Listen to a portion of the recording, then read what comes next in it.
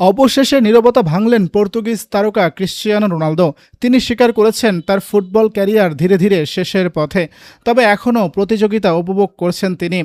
আল আহলির বিপক্ষে হেডে গোল করে দলের জয়ে ভূমিকা রাখেন রোনালদো। এই জয়ে শিরোপায় এক হাত ইতিমধ্যেই দিয়ে দিয়েছেন আল নাসর। ৪১ বছর বয়সী এই তারকা নিজের বর্তমান ও নিকট ভবিষ্যৎ নিয়ে কথা বলেন।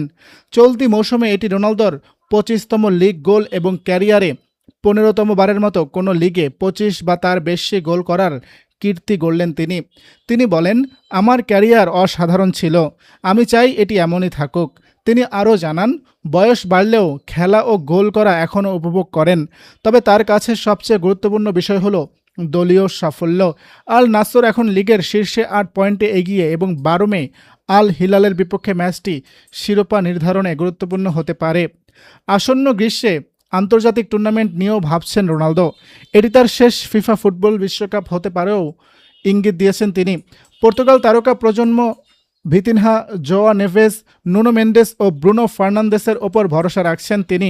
এছাড়া ব্যক্তিগত লক্ষ্য হিসেবে তিনি ১০০০ গোলের মাইলফলক ছোঁয়ার কথাও বলেছেন। আল আহলির